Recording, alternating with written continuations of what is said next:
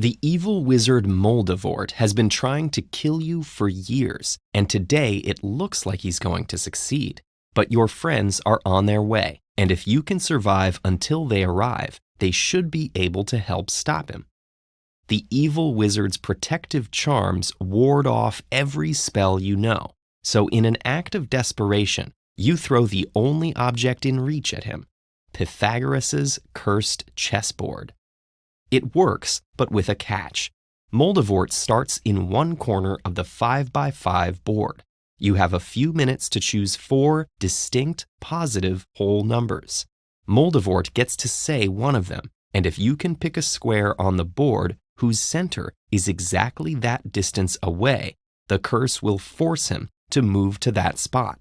Then he'll have to choose any of the 4 numbers, and the process repeats until you can't keep him inside the board with legal moves.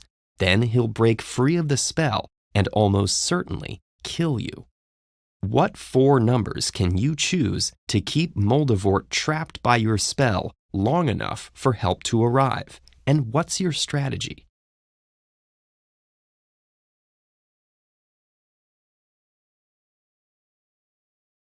The trick here is to keep MoldeVort where you want him, and one way to figure out how to do that is to play out the game as MoldeVort would, always trying to escape. You're dealing with a relatively small board, so the numbers can't be too big. Let's start by trying 1, 2, 3, 4 to see what happens. MoldeVort could escape those numbers in just 3 moves. By saying 2, then 3, he would force you to let him into one of the middle points of the grid, and then a 4 would break him free. But that means you'll need to allow a number larger than 4, which is the distance from one end of a row to another. How is that even possible? Through diagonal moves. There are, in fact, points that are distance 5 from each other, which we know thanks to the Pythagorean theorem. That states that the squares of the sides of a right triangle add up to the square of its hypotenuse.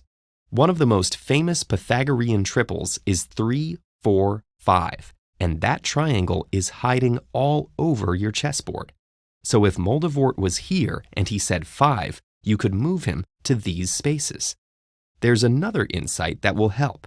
The board is very symmetrical.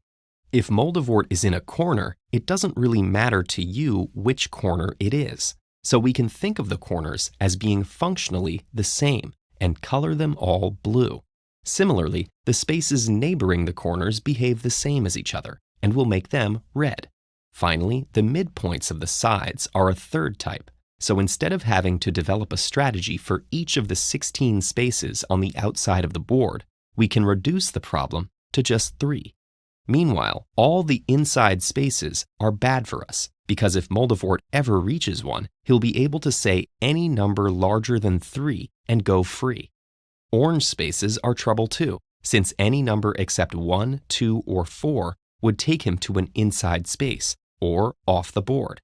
So orange is out, and you'll need to keep him on blue and red.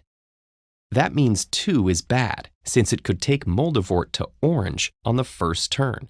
But the 4 other smallest numbers, 1, 3, 4, and 5, might work. Let's try them and see what happens. If MoldeVort says 1, you can make him go from blue to red or red to blue. And the same works if he says 3. Thanks to our diagonals, this is even true if he says 5. If he says 4, you can keep him on the color he's already on by moving the length of a row or column. So these 4 numbers work. Even if your friends don't get here right away, you'll be able to keep the world's most evil wizard contained for as long as you need.